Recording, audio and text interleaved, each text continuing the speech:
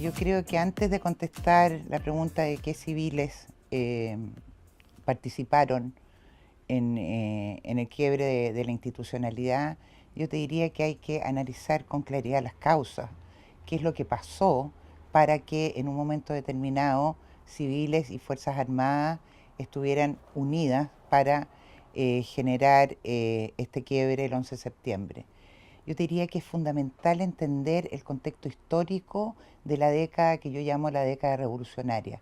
Es decir, hay un periodo que es la década del 60 al 70 que está muy marcada por la Revolución Cubana. La Revolución Cubana es un hito latinoamericano que marcó definitivamente la polarización y el desarrollo de posiciones extremas en el país.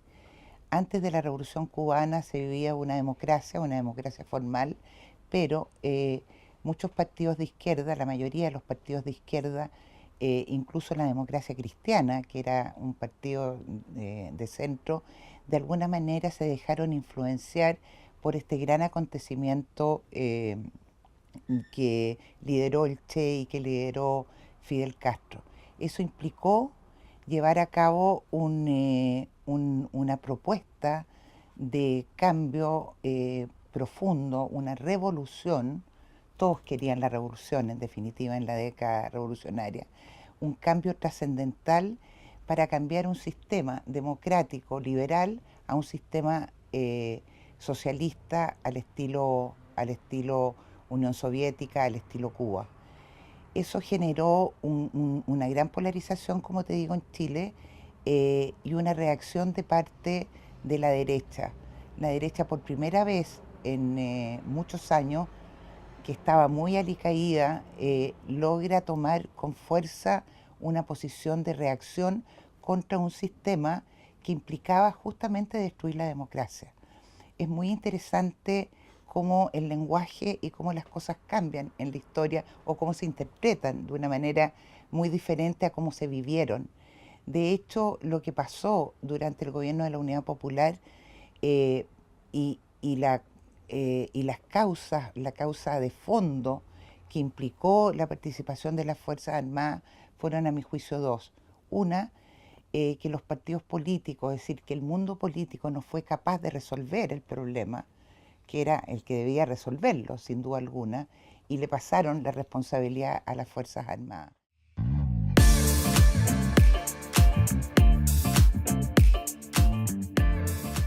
Los civiles que participaron en todo el proceso de la Unidad Popular es la ciudadanía. Fueron tanto de izquierda, de centro como de derecha. Yo te diría que durante el gobierno de la Unidad Popular no hubo personas muy raras que no estuvieran 100% comprometidas con una de las causas, ya sea la causa de eliminar la democracia liberal e implementar un sistema de socialismo real, o aquellos que no querían por ningún motivo que Chile se volviera una segunda Cuba.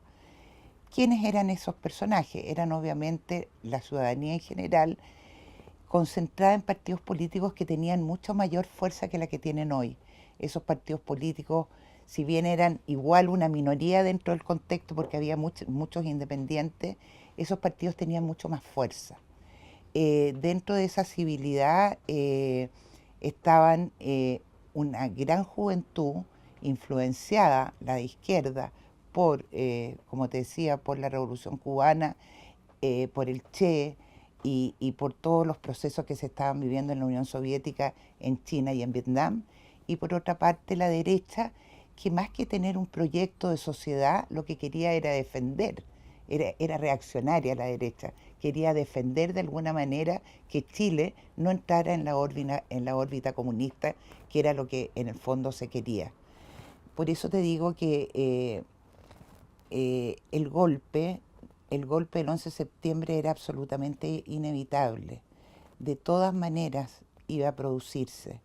Y, y, su, y ese acontecimiento, a mi juicio, permitió que Chile no entrara en una situación mucho más dramática que podría haber sido una guerra civil.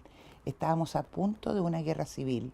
la ciudadanía estaba dividida, estaba polarizada de manera tremenda. No había día en que no se saliera a las calles, en que las marchas, tanto de movimientos de partidos políticos más extremos como el MIR, el Partido Socialista, la Elmo Catalán, la Ramona Parra por un lado, y por otro en los partidos de derecha estaba la Rolando Matus, estaba Patria y Libertad, en una posición siempre de reacción frente a un ataque cada vez más fuerte de violencia institucionalizada de parte del gobierno.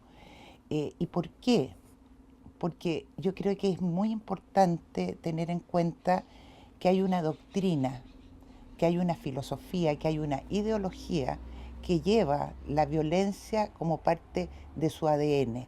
Esa ideología es la ideología del Partido Comunista, que ya en 1922 presentó, digamos, su programa con Recabarren y a lo largo de la historia cambió, eh, fue cambiando sus tácticas, pero su estrategia era llegar al poder por cualquier vía, pero la vía fundamental era la vía, alcanzar el poder por la vía violenta, porque le tenían mucha desconfianza a la democracia burguesa jamás iba a dejar el poder así sin más, por lo tanto había que acentuar de una u otra manera las contradicciones para eh, llegar al poder, ya sea por la vía electoral como fue, pero para alcanzar el poder total cuando ya lo tuvieran.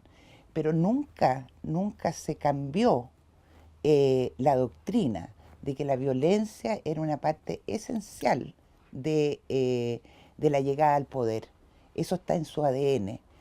Era un partido, eran partidos, la izquierda de ese tiempo era una izquierda antidemocrática por esencia. No creía en la democracia que todas entendemos, entendían la democracia como la democracia de Cuba o como la democracia de la Unión Soviética, que era una democracia bastante sui generis, tú entenderás, sin alternancia en el poder, sin votaciones, eh, nada que ver con lo que es la democracia, con todos sus defectos, ¿no es cierto?, de la democracia burguesa, como ellos la llamaban, pero democracia al fin. Alternancia en el poder, cambio, votación, la ciudadanía participando en todo tipo de cambio de presidente. Acá se usó esta vía electoral como una táctica para alcanzarla, la alcanzó con una votación muy baja de 36,3%, creo que fue la votación de Allende, no tenía mayoría y a pesar de no tener mayoría, trató de producir una transformación estructural en Chile. Cuando tú haces una revolución sin una mayoría, vas al fracaso absoluto. Y eso es lo que pasó. Se trató de hacer un cambio muy al estilo de la convención de hace poco tiempo, eh, como eh, una especie de endioseamiento del cambio violento y rápido, una necesidad de apurar los procesos que obviamente generan mucha incertidumbre en la población.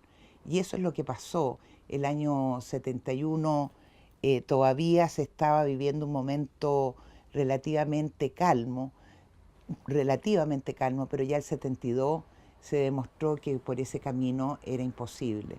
La revolución agraria, las tomas, las huelgas, el desprecio absoluto a la propiedad privada, pero por sobre todo la polarización y el odio. Piensa tú que el Partido Socialista había generado en el Congreso de Chillán en 1967 que cualquier vía era, es decir, que la vía violenta era la vía fundamental para llegar al poder. Entonces, eh, llevaron al país a acelerar las contradicciones y para eso era esa violencia de toma de fondo, de toma de propiedades, de muertes, asesinatos. Hay una espiral de violencia que surge a partir del gobierno de Frei Montalva con la influencia de la Revolución Cubana que va en aumento, que va desarrollándose cada vez más hasta llegar un momento en que realmente el país no daba más. todo era violencia, todo era ataque, las familias se destruían, las familias se separaban, eh, no se podía salir a la calle con tranquilidad, más allá de toda la problemática económica, ¿no? Que era tremendamente dura, porque en el fondo bajó la producción y en un primer año lo que pasó fue que se hizo funcionar la maquinita del Estado y la inflación llegó al final del gobierno de Allende a más de 1000%.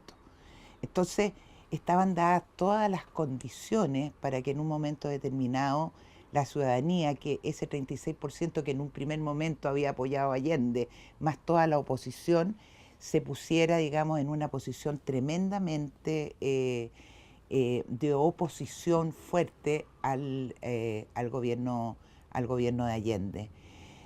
Y más que Allende propiamente tal, yo te diría que era a los partidos que apoyaban a Allende, porque aquí hay un tema que tampoco se explica mucho.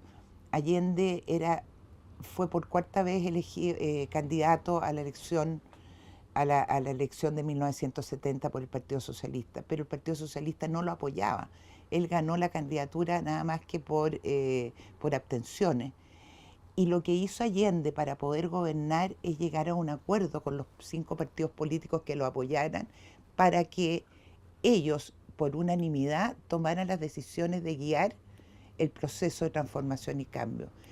En un sistema presidencialista como el de nosotros, Allende no tuvo, él creía que tenía mucha muñeca, él trató de alguna manera de manejar y guiar el proceso de cambio, pero no pudo porque los partidos que lo rodeaban, más el movimiento, el MIR, que no estaba en la UP, pero que obviamente cooperaba en todo este clima de violencia, fueron absolutamente partidos eh, cuyos eslogan era avanzar sin transar, la lucha de clase, acelerar las contradicciones, eh, de alguna manera destruir para armar a posteriori una sociedad comunista con el hombre nuevo, esa utopía, digamos, que nunca en la historia de la humanidad, desde que Marx la planteó, nunca se ha llevado a cabo.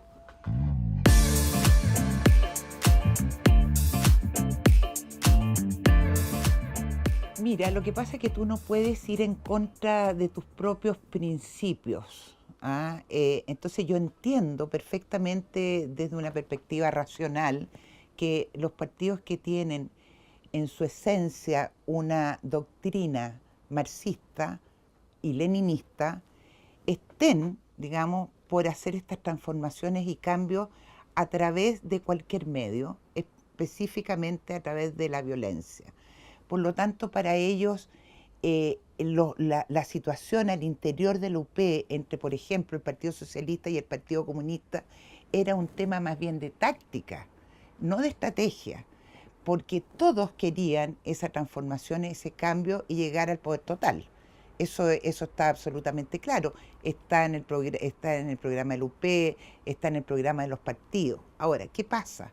Que el Partido Socialista, obviamente, después del Congreso de Linares y de Chillán, aceleró la revolución. Creyeron que era mejor hacerlo drásticamente, inmediatamente, como lo planteaba ponte tú Jackson Chol para la reforma agraria. Esta tiene que ser una reforma drástica, inmediata, clara, en que no miremos hacia el lado. Hay que hacerlo ya. ¿Ya? Ese era este aceleramiento de la transformación y del cambio, creyendo que con eso estaban aprovechando las circunstancias y el contexto y el apoyo que tenían del exterior. Pero habían otros que podríamos llamar hoy día más socialdemócratas. No existían los socialdemócratas en esa época, ¿no es cierto? Y la democracia cristiana estaba en una posición mucho más de derecha. No les gusta a los demócratas cristianos que les digamos eso. No les gusta a los demócratas cristianos decirles que ellos hicieron un pacto electoral de gran magnitud con la derecha en el CODE. No les gusta que les digamos que Patricio Aylwin, que Eduardo Frei Montalva y que muchos otros, los grandes líderes de la democracia cristiana, no solo apoyaron, sino que justificaron el golpe. Eso no les gusta porque después la historia siempre es interpretada de acuerdo, digamos, a los nuevos contextos y nuevas circunstancias. Pero sin duda alguna, la izquierda chilena es una izquierda que estaba en ese tiempo, en ese contexto, con el cambio y la revolución rápida. La pugna entre el Partido Comunista y el Partido Socialista era de táctica. El Partido Socialista avanzar sin transar. El Partido Comunista consolidemos lo avanzado. Entonces aparecía como que el Partido Comunista era como más calmo, más tranquilo, que trataba que el Partido Socialista, que el Mapu Obrero Garretón, que el Mapu Gasmuri, que la izquierda cristiana bajara sus revoluciones. Eso es lo que pretendía el Partido Comunista, pero no porque fuera un Partido Comunista que tuviera interés de mantener una democracia liberal o una democracia burguesa en Chile. Era porque su táctica en este momento era consolidar lo que ya se había avanzado para después dar el golpe mortal. Si eso está en sus escritos. Entonces, lo que a mí me llama la atención siempre cuando miramos, echamos la vista atrás, que no partimos de las ideologías que están detrás y de los principios, de los conceptos, más bien que principios, de los conceptos que están detrás de los partidos de izquierda de ese momento. Obviamente que después del régimen militar, después del gobierno militar, eh, un grupo de socialistas, incluso liderado por uno de los más radicales que había sido Carlos Altamirano, hicieron una autocrítica. Y gracias a esa autocrítica surge este socialismo democrático y se logra después del 90 generar la concertación con el Partido Demócrata Cristiano. Es decir, se convirtieron en verdaderos demócratas y yo creo eso. Yo creo en el socialismo democrático.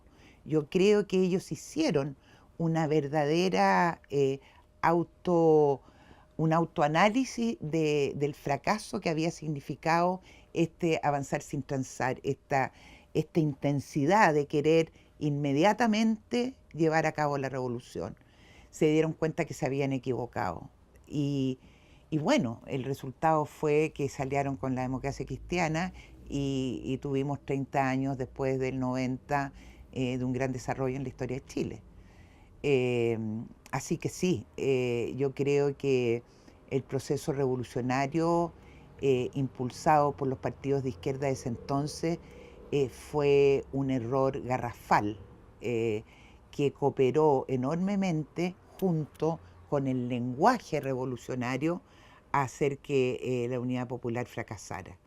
El lenguaje utilizado entre del año 67 en adelante, pero con claridad del año 70 al 73, a través de los medios de comunicación. No existían redes sociales, estaba la prensa, pero el Clarín, Tribuna, incluso el Mercurio, La Nación, todos los diarios que en ese tiempo tenían mucho más fuerza que la que tienen hoy, era una prensa tremendamente agresiva, donde se denostaba con muchísimas cosas que hoy día quizás se está empezando a hacer, pero en ese tiempo era denostación clara a la persona y a la ideología, pero mucho más a la persona. Recuerdo, ponte tú, cuando ganó Allende y le ganó a Alessandria, hablaban de la señora, por ejemplo.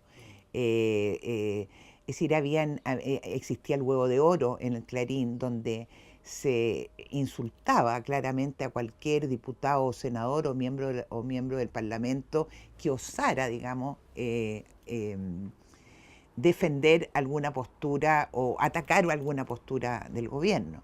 Entonces, el lenguaje revolucionario a través de la prensa también fue un elemento clave para entender esta polarización. Eh, por eso hay que tener mucho cuidado, ¿ah? Y hoy día las redes sociales están en un momento en que también la descalificación está siendo muy dramática, entonces nos puede llevar a cosas complejas a futuro.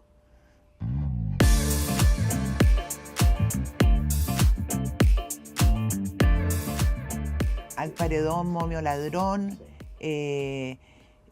pueblo, conciencia, fusil, mir, mir.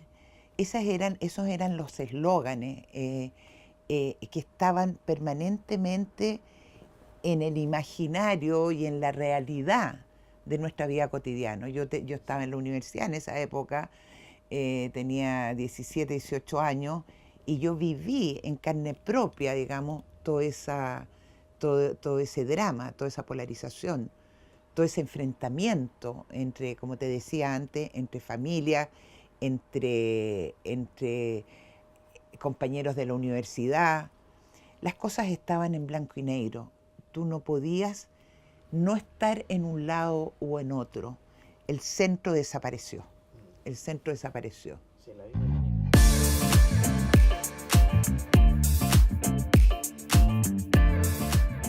yo escribí un libro hace poco, no hace tan poco, pero sobre la violencia política y sobre el lenguaje.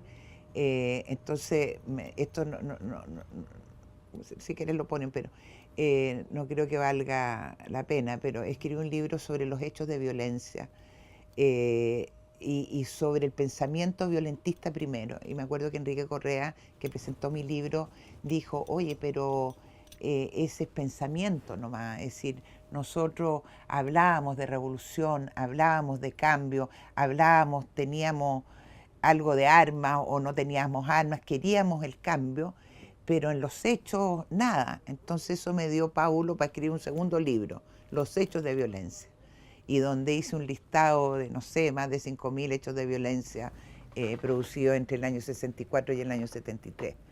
Es decir, cuando se habla de violencia en el gobierno militar, nos olvidamos toda la violencia previa, ¿ya? Toda la violencia previa que genera también una reacción.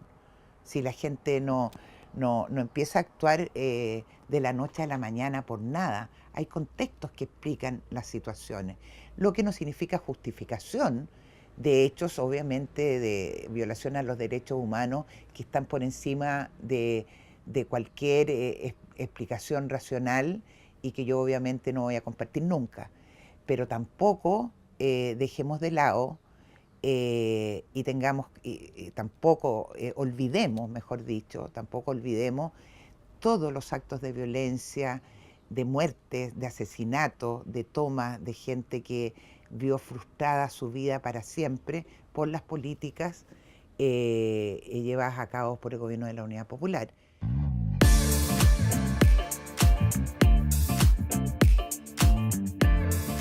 Para explicar todo esto, que el que siembra vientos cosecha tempestades. Entonces no olvidemos ya que se sembró mucho viento, muchas tormentas, muchas tormentas. No hubo un día de tranquilidad en los 1000 días del gobierno de Allende. No hubo tranquilidad, ni en las calles, ni en las familias, ni en la realidad. Llegaban armamentos por todas partes y además se justificaba. Yo recuerdo haber entrevistado hace algunos años a Luis Corbalán y me decía en la entrevista, que es pública, que está en todas partes, a raíz del atentado contra Augusto Pinochet y la muerte de su escolta, y yo le pregunté, ¿y usted qué le pareció eso? Y me dijo, mucha gente estaba muy triste porque no hubiera resultado el atentado. ¿Pero qué piensa usted? Le dije yo, secretario general del Partido Comunista. Yo pienso, dijo, casi textual, que ojalá hubiera muerto, porque en el fondo, ¿qué importa? Dice él, 1 o 2 vidas para lo que nosotros ya queríamos. Entonces, ese pensamiento que está en el año 86, lo entiendo en otro contexto, era el mismo pensamiento, exactamente el mismo, que ha girado en torno a la doctrina comunista desde el año 22. Entonces, el que siembra viento cosecha tempestades. Y te insisto que no es justificación, es una explicación histórica clara y básica. Aquí no hay tergiversación, es la realidad.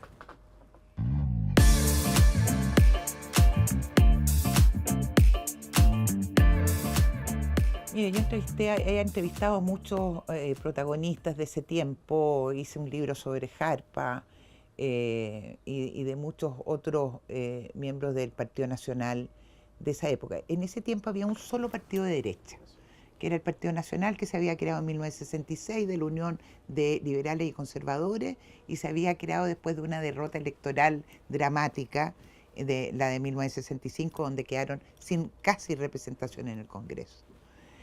El Partido Nacional yo creo que fue tomando cada vez más cuerpo en la medida que la Unidad Popular y la izquierda iba avanzando en su proceso de destruir la democracia en Chile. Yo creo que a partir de fines del 72, yo creo que con el paro de octubre, ya la situación estaba en un estado lamentable y ahí algunos civiles, Orlando Sáenz lo ha reconocido abiertamente también en alguna de mis entrevistas y en cualquier parte donde ustedes lo pueden ver, obviamente había un grupo dentro de la SOFOFA que quería obviamente frenar esta situación. Los partidos políticos no supieron, esta fue una decisión muy de las Fuerzas Armadas. No fue una decisión compartida, pero sí, por ejemplo, para el programa del ladrillo, el programa que después se va a implementar, el programa de los Chicago Boys, sí es cierto que Roberto Kelly, que era un marino muy importante y que después fue ministro de Odeplan, que era muy amigo del almirante Merino, le fue a plantear en un momento determinado, oiga, almirante, esta situación no da para más, ustedes, ¿qué van a hacer? Y Merino le dijo, no vamos a hacer nada. Además, si algo pudiéramos hacer, ¿con qué lo qué ponemos a cambio? Nosotros somos marinos, militares, Fuerzas Armadas. Entonces ahí Roberto Kelly le dice, nosotros yo puedo comprometerme a hacer, a juntar a un grupo de economistas para que hagan un programa. Pero cuando juntó a ese grupo de economistas no les dijo les dijo que hicieran un programa ideal para un tiempo determinado. Y así se hizo, eso está contado en el libro Sergio Castro, en el libro Roberto Kelly, está contado en muchas entrevistas. Los civiles, todos los civiles sabíamos, sobre todo después del tanquetazo de junio, sabíamos que tarde o temprano el golpe venía. Todos los días juntábamos agua en las tinas, en los baños, se juntaba el máximo de alimento porque no había que comer, no había nada, no había carne, no había pollo. Hay un dicho, no sé si lo podré decir en un documental, pero lo que se decía cuando uno marchaba en la calle, no hay carne, huevón, no hay pollo, huevón, qué mierda es lo que pasa, huevón. Ese era el tipo de eslogan que también uno escuchaba en las marchas de la derecha, del Partido Nacional, de la Rolando Matus, que era una parte del partido. Pero en general yo te diría que las Fuerzas Armadas actuaron en forma absolutamente independiente. No consultaron a los civiles, salvo muy pocos, uno o dos, tengo entendido, así que les pilló de sorpresa, entre comillas, porque todos sabíamos que o había guerra civil o había golpe. La declaración del 22 de agosto de la Cámara de Diputados, firmada por el demócrata cristiano Luis Pareto, era claro en el sentido de que se estaba estableciendo que el gobierno de Allende había quebrado la institucionalidad. El gobierno de Allende se había salido de la Constitución. Y ahí quien lee esa declaración va a ver todos los puntos donde se señala aquello. Por lo tanto, estaba también el visto bueno, llamémoslo así, ¿ya?, de los partidos políticos contrarios a Allende, obviamente, es decir, de la gran mayoría contra como dándole un pase a las Fuerzas Armadas. Pero las Fuerzas Armadas actuaron porque los políticos no resolvieron el problema.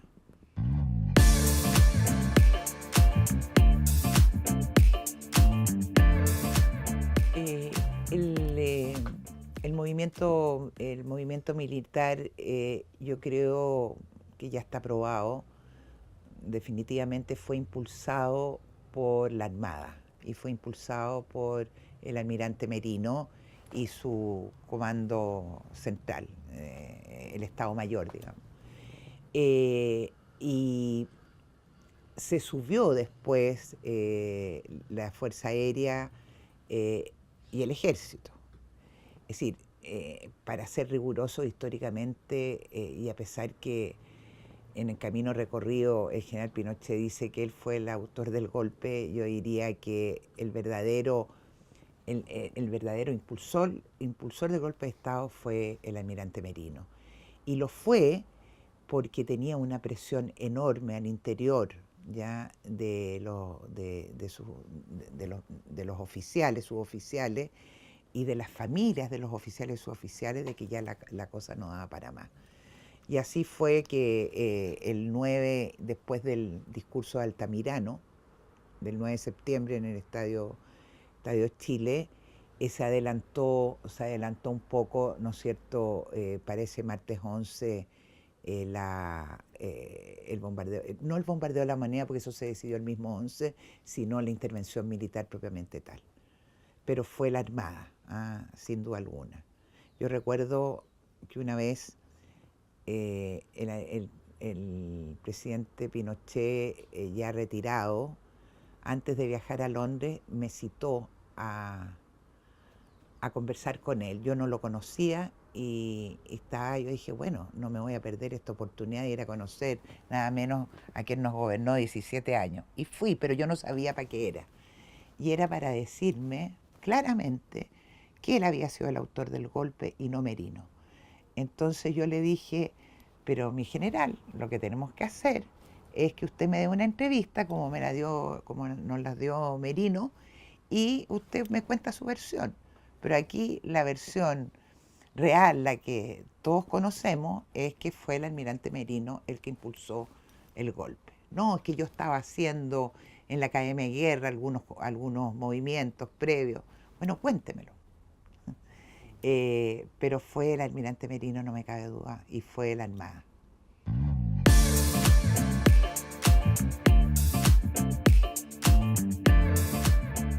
El último intento se hizo aquí muy cerca, en el arzobispado, en la casa del obispo de Silva Enrique, una conversación entre Elwin y Allende, donde llegó Allende al final, tarde, a esa comida. Esto debe haber sido en agosto del 1973, donde Patricio Elwin intentó por última vez tratar de llevar de que Allende, digamos, entendiera que la situación no daba para más. Pero Allende era muy frívolo. Él creía todavía que podía manejar la situación. Él estaba convencido que todavía podía con su muñeca ir armando opciones y posibilidades para cambiar el curso que él mismo había impulsado con su programa de gobierno y con sus discursos incendiarios a lo largo de todo la UP. Acuérdate que él fue el primero que dijo: yo no soy presidente de todos los chilenos. Es decir, él estaba gobernando para ese 36% que después disminuyó. Aunque hay que reconocer que en las elecciones de marzo del 73 fue difícil para la oposición, si bien ganó la oposición sin duda alguna, con más del 60 y tantos por ciento, 66%, de un 66% en contra del gobierno de Allende, los partidos de la Unidad Popular sacaron un 44%.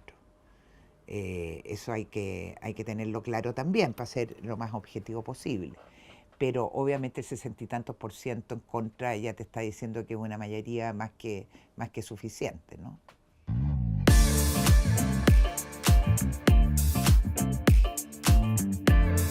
Bueno, yo tengo en mi poder la bitácora del 11 de septiembre, es decir, todo lo que, cómo se fue dando hora a hora, y yo te diría minuto a minuto, la actividad, pero más que nada en la región metropolitana. Pero conversando con entrevistados de distintas regiones, yo creo que en algunos, ponte tú en Antofagasta, hubo una posición de choque. En Chile, aquí en Santiago, obviamente si tú salías ahí a las 10 de la mañana a la calle, te podía llegar la bala de todas maneras, porque el bombardeo fue en definitiva para allá, que era la última oportunidad que se tenía para frenar esta posibilidad de que las fuerzas cubanas que estaban con mucha fuerza acá, es decir, había un grupo grande de cubanos y había gente con armas, es decir, y con armas automáticas, con fusiles AK, es decir que aquí habían 1.500 guerrilleros, no era así, habían muchísimos más que estuvieron en los techos del Banco del Estado, en los techos del Ministerio de Hacienda y de otras reparticiones públicas en el centro disparando a no dar. Y murieron muchos militares también el 11 de septiembre, no nos olvidemos de eso. Es decir, hubo una guerra, es decir, hubo una batalla, más que una guerra, una batalla. Eh, pero en general, al parecer, en provincias fue menor la oposición. Hubo menos enfrentamiento, salvo en el sur, donde estaba el comandante Pepe, Panguipulli, por esos lados, porque había una serie de grupos guerrilleros que se habían ido, chilenos y cubanos, que se habían ido a entrenar a Cuba, que estaban focalizados en distintas partes, más bien en el mundo más rural, igual urbano, es que lo urbano era el MIR, ¿ya? Que estaban, ¿no es cierto?, preparándose para esta guerra civil.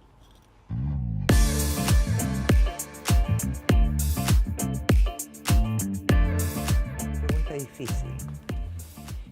Chile fue hasta 1933 un país, por lo menos en lo formal, muy democrático. Pero no nos olvidemos que hubo obviamente varios hitos que cortaron ese proceso democrático. Primero tenemos, nada más que para tomar históricamente el siglo XX, que históricamente el siglo XX parte con 1891, y ahí hay una guerra civil. Después viene obviamente el golpe de Ibáñez y la caída de Ibáñez el año 31. Por lo tanto, no es el primer, es decir, hay varios intentos de quiebre de institucionalidad democrática a lo largo de la historia de Chile. Obviamente el más profundo, el más fuerte, el más doloroso, sin duda alguna, fue el 11 de septiembre, porque por todas las razones que te he dado antes, digamos, por la polarización, por la ideologización, por la violencia extrema de la doctrina y de la actividad, digamos, y de la acción de los grupos de izquierda. Eh, pero creo que Chile en el concierto latinoamericano obviamente era un país que eh, era reconocido por, eh, por esta alternancia en el poder, por una votación clara cada 4 años, cada 6 años, cada 8 años, cada 6 y 4. Entonces sí, éramos un país formalmente democrático, porque la democracia liberal en toda su magnitud nunca ha sido perfecta, ¿no? Pero sí éramos un país democrático. Obviamente que se interrumpió ese sistema democrático durante 17 años. Y obviamente también podemos decir que se reanudó la democracia gracias a la transición en 1990, una transición que no hubiera tenido el éxito que tuvo si es que, por una parte, el gobierno lo hubiera querido, como lo quiso, y con personajes tan claves como Carlos Cáceres y personajes tan claves de la oposición como Patricio Aylwin, que lograron, digamos, llegar a un acuerdo para hacer una transición pacífica y una transición que nos permitiera avanzar en ese sistema democrático que nos ha dado tanta fuerza y tanto beneficio en este tiempo. Sí, Chile en líneas generales obviamente ha sido un país democrático que ha tenido sus cortes, sus hitos, y el hito del 11 de septiembre fue un quiebre que duró mucho tiempo, más de lo que debiera haber durado, porque si Pinochet se va realmente después de haber proclamado, promulgado la Constitución del 80, yo te diría que otro gallo estaría cantando. Es decir, yo creo que alargar su gobierno, si bien generó transformaciones importantes para la sociedad chilena, desde el punto de vista político también generó una oposición cada vez más fuerte y más destructiva.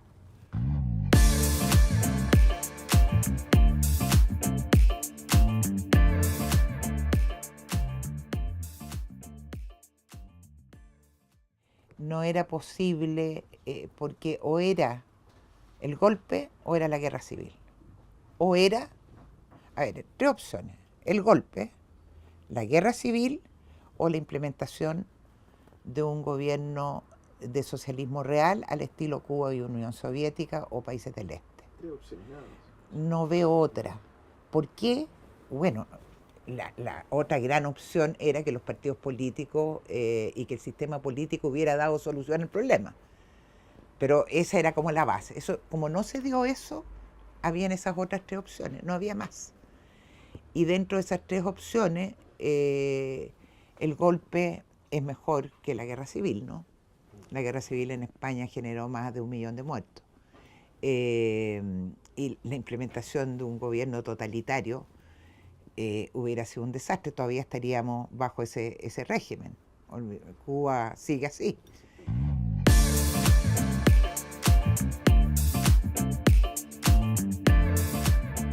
Lo que se está defendiendo, y esto se olvida, lo que se estaba defendiendo durante los 1000 días de Allende por parte de la oposición fue la libertad. Todo lo que pasa entre septiembre del 70 y septiembre del 73 es una lucha constante para que Chile no caiga en la órbita soviética, para que no caiga en un socialismo real, que obviamente los resultados están a la vista. Después de la caída del muro ya es una situación absolutamente históricamente comprobada. ¿Ah? Entonces no había otra opción, no había otra opción. Y tuvo costos, tuvo tremendos costos, pero esos costos están vinculados también con el contexto que hemos hablado antes, con el que siembra vientos, ¿no es cierto?, provoca tempestades. Insisto que no son justificaciones, son explicaciones históricas, que tú las ves en para analizar cualquier situación en cualquier parte del mundo, ¿ah? De guerra civil o de guerras mundiales. Tú tienes que poner los elementos y ver en definitiva cómo se pueden ir interpretando e ir analizando.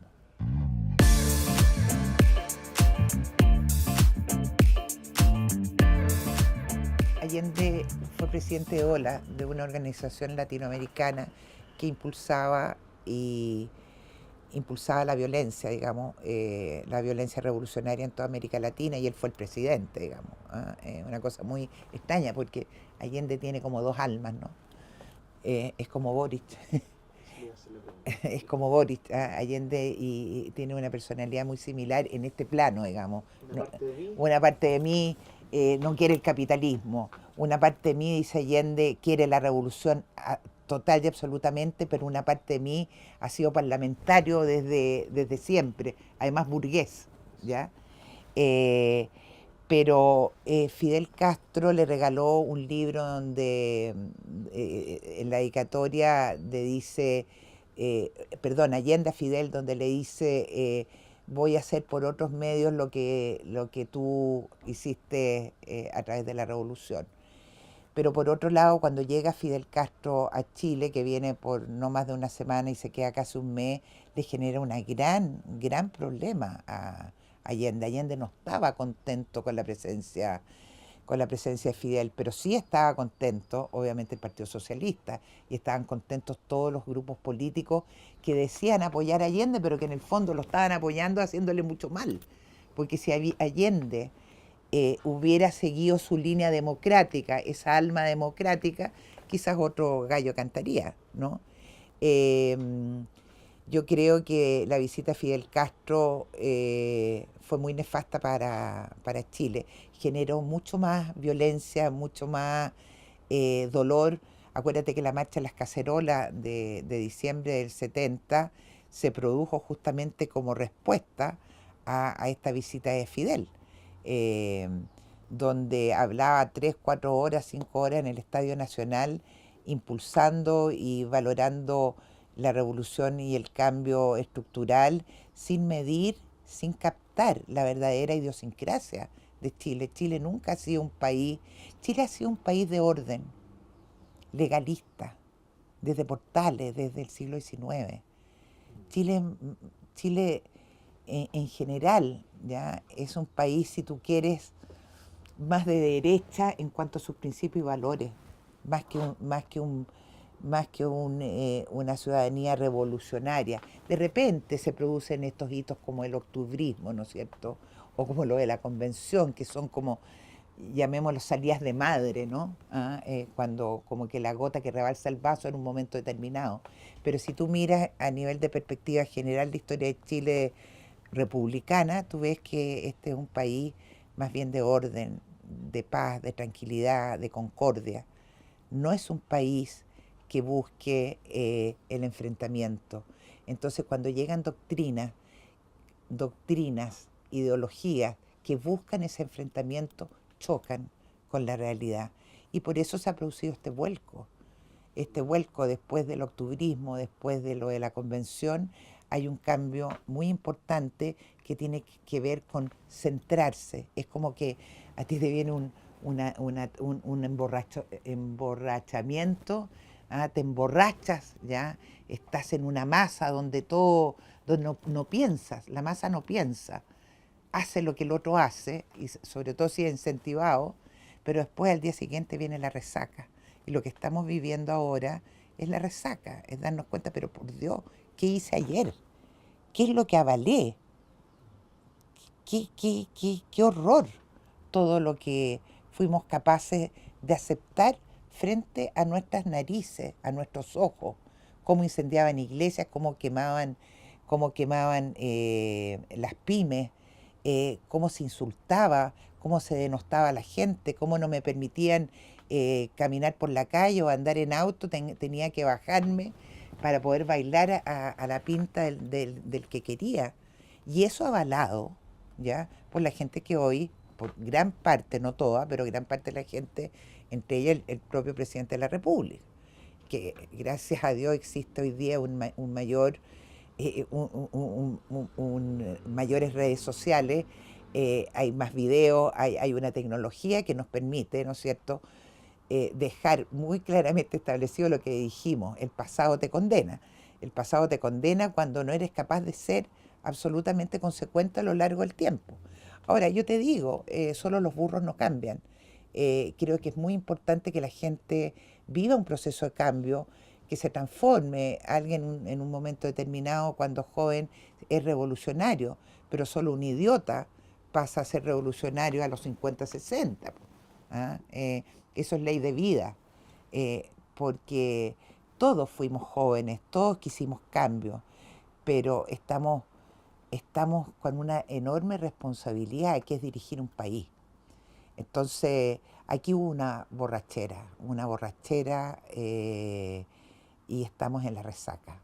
Y esperemos, yo soy pesimista, pero yo soy pesimista del futuro, pese a que estamos en la resaca y que estamos viendo las cosas de una manera distinta, eh, mientras el Partido Comunista siga eh, en el gobierno y siga de alguna manera manejando los hilos del gobierno como lo hace, en el ámbito cultural, porque no es solamente en el ámbito político, en el ámbito cultural, en el ámbito de la educación. Es muy importante cómo el Colegio de Profesores, a través del Partido Comunista, específicamente el Partido Comunista y de otros partidos de izquierda, están enseñándole a los niños una realidad histórica que no es verdadera, que no es verdadera, que ni siquiera se ciña a una mínima objetividad. Entonces, yo veo que si bien hoy día podemos sentirnos, podemos respirar un poquito más tranquilo, yo veo a un futuro no lejano que esto va por mal camino, va por mal camino. No, no veo, así como el socialismo de alguna manera hizo una introspección, ese socialismo violento, ese socialismo marxista-leninista de Altamirano, de avanzar sin transar, hizo su mea culpa y logró entrar en el ámbito de la socialdemocracia y aceptar la democracia como sistema. Mientras el Partido Comunista no lo haga y siga teniendo peso en el gobierno y algún peso en el Congreso, yo veo las cosas difíciles, difíciles.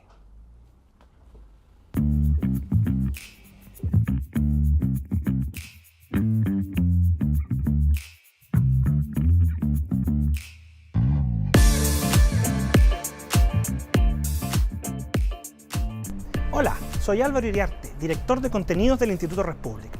Estamos compartiendo contigo las entrevistas completas que dieron forma a nuestro documental Chile, 1970-1973, Crisis y Muerte de la Democracia. Si aún no lo has visto, te invito a hacer clic aquí. Comparte este contenido a quien creas que le puede interesar y dale like si te gustó. Suscríbete a nuestro canal y activa las notificaciones para estar atento a las próximas entrevistas públicas, especial 50 años, y a todo el contenido que está por venir y en el que hemos estado trabajando. Síguenos.